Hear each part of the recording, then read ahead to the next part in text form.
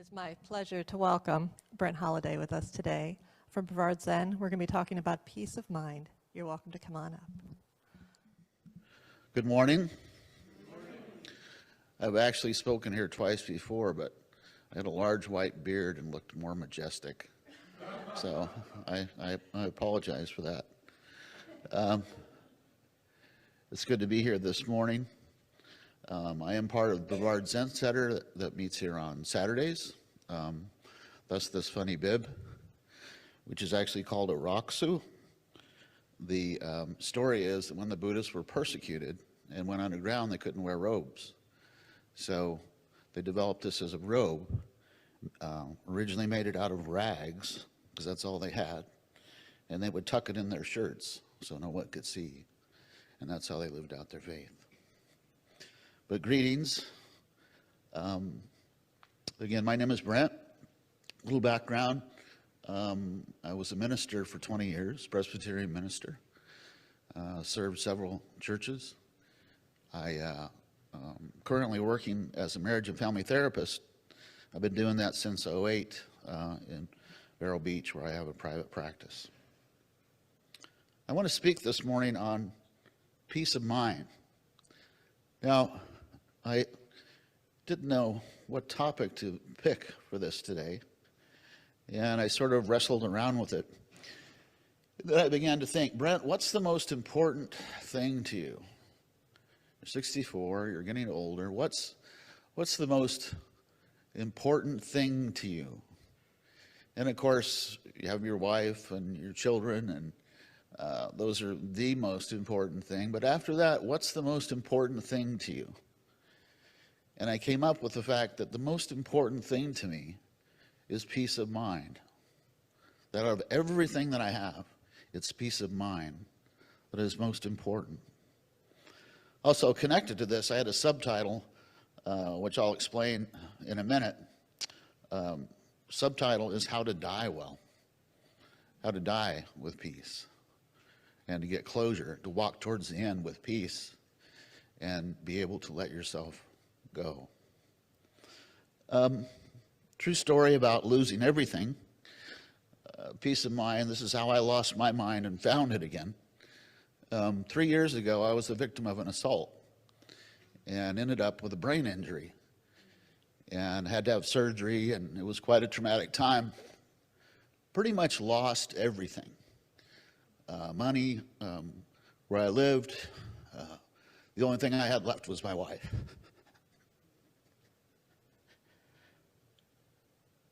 Lived in a hotel 3 months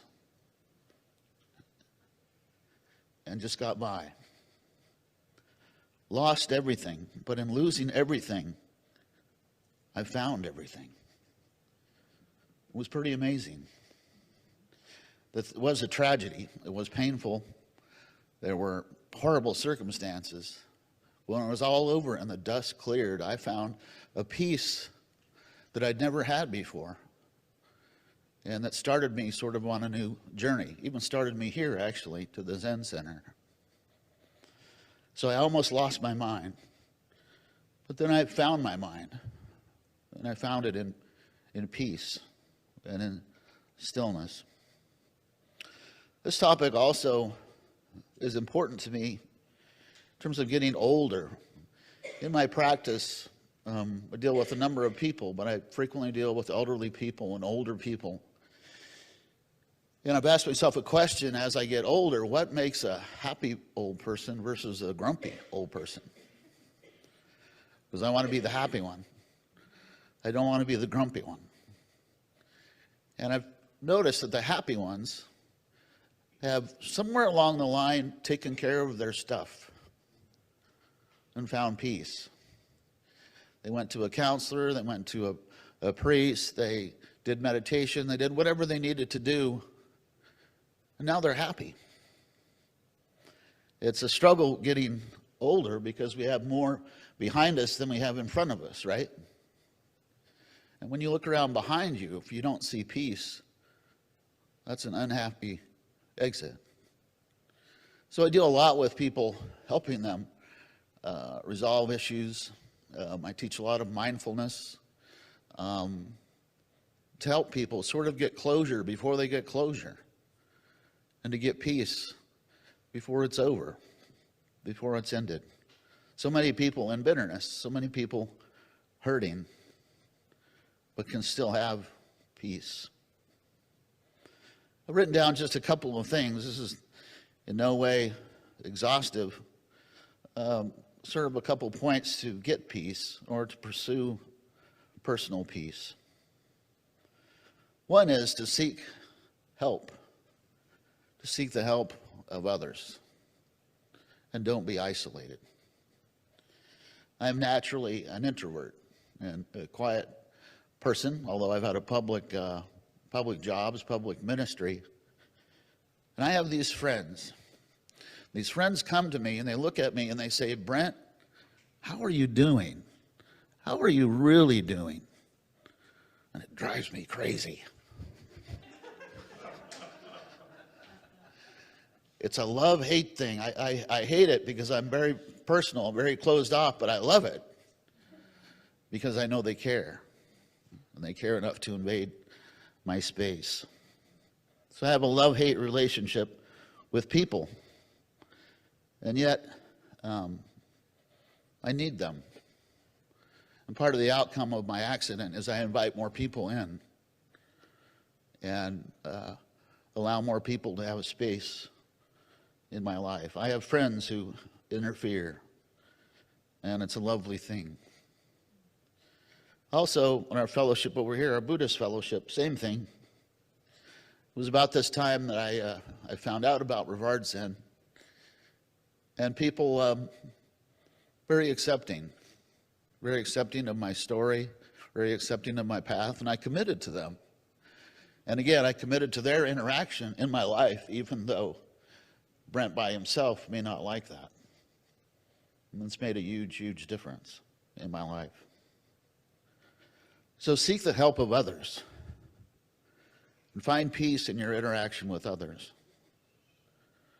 Another point, forgive others and let the sins and the foibles of other people go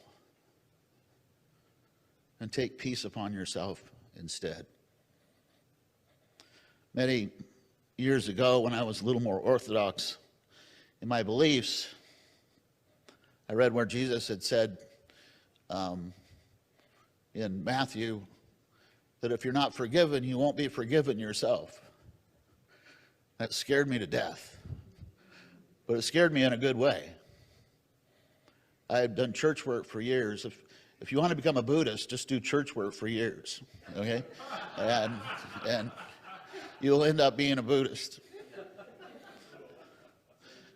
I didn't know. When I try to discern what Jesus says, I figure if I don't understand it or it's really difficult, he probably said it. Because no one in their right mind would actually keep that in the book. But I had elders, enemies, board members. I'd gone through the gamut in my life in almost 20 years of ministry. And now I was confronted with issues of forgiveness. And I didn't like it, but I figured, well, maybe if I move ahead with it, God will intervene.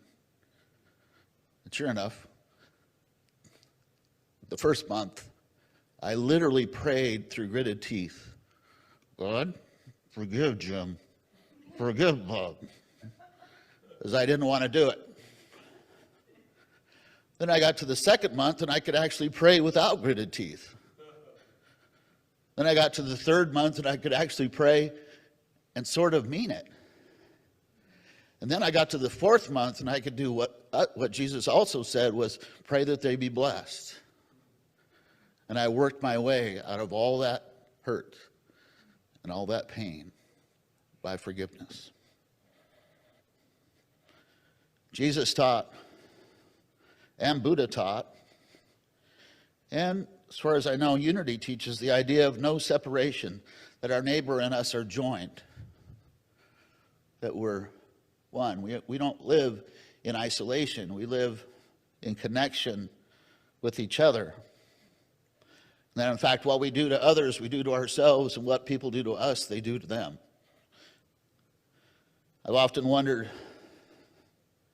It says that Jesus wrote, love your neighbor as thyself. But I wonder if he really meant love your neighbor who is yourself. We are so connected.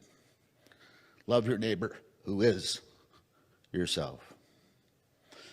Buddha wrote the following. He said, he who experiences the vanity of life and sees his own self in all beings and all beings in his own self. Let me read that again.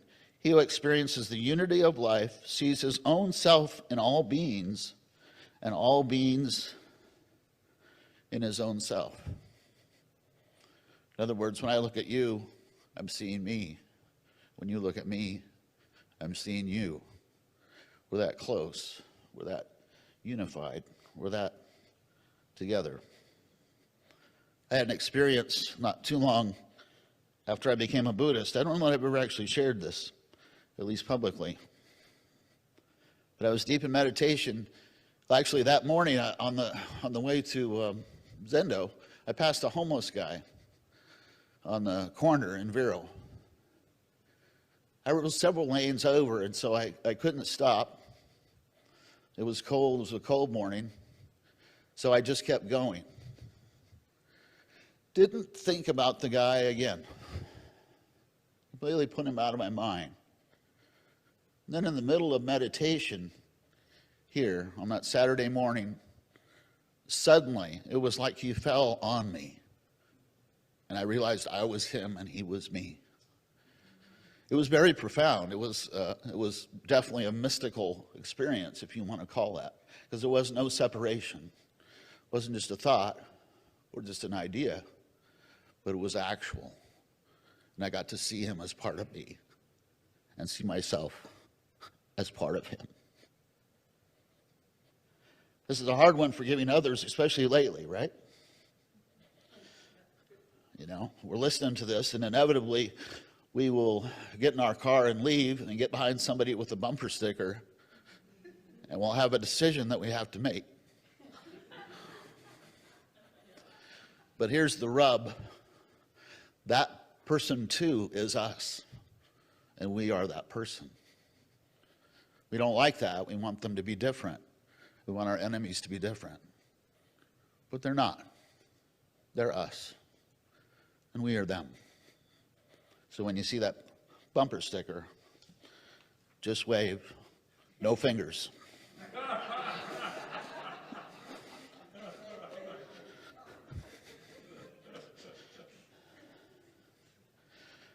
Another principle on the way to having peace, especially for those of us who are getting on in years, is to let go of stuff. Have a yard sale in your mind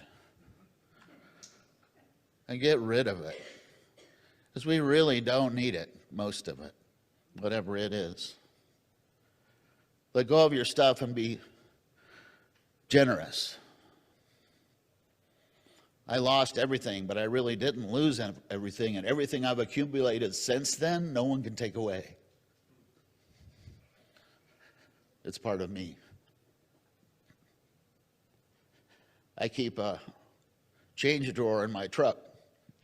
I put dollar bills and change for homeless people, and I play a little game. I'll see a homeless person, I'll reach in there, and I won't look and see what I'm grabbing, but I know I'm grabbing bills. I never keep $100 bills in there, but I do keep 20s. But I keep that to my left as I drive. Be generous. Look, if I can describe a pet peeve I have, I'm a Goodwill shopper. And when you check out at Goodwill, let's say something is $1.95, they ask you, do you want to round that up for our homeless programs or whatever? 5 cents. You know how many people I've seen who won't do that? Who won't do that?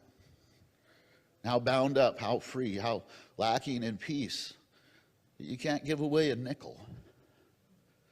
Or you're at Publix and you can't give $5 to starving, hungry children. So be generous and give. Finally, develop mindfulness. And I love being here because you all are so promote mindfulness. Develop mindfulness and be happy in the present moment. You ever notice you actually have to sort of work to be happy? If you want to be unhappy, just do nothing. If you want to be a bad person, just do nothing. Being bad or unhappy is quite easy to do. But be mindful and work at happiness. Work at mindfulness. We're getting older. We have no past. We have minimal future. We only have now. This is it. This is what we got. So make it beautiful and make it wonderful. And be mindful. Cultivate joy. I had once lost my mindfulness. I had been in ministry for years, and I had withdrawn. I was going in a different direction. I'll never forget that first Sunday getting up and having nowhere to go. How odd that was. And I walked up by my pool, and I went, Brent, you used to do things that you really enjoyed. And they brought you peace. What were those things? And I stood there, and I couldn't remember them because my life had got so hectic, I didn't even know what made me happy. And I remembered I used to like to garden. So I went to Lowe's, bought a pot, bought some dirt, bought a plant, put the plant in, set it out by my pool. Within a year, I had 50 pots in my yard. Be mindful. Dig up happiness. Cultivate joy. So that when it's literally almost over, you can smile. Because you left and it was good. And you didn't leave any baggage behind. Thank you for letting me speak for a few minutes this morning.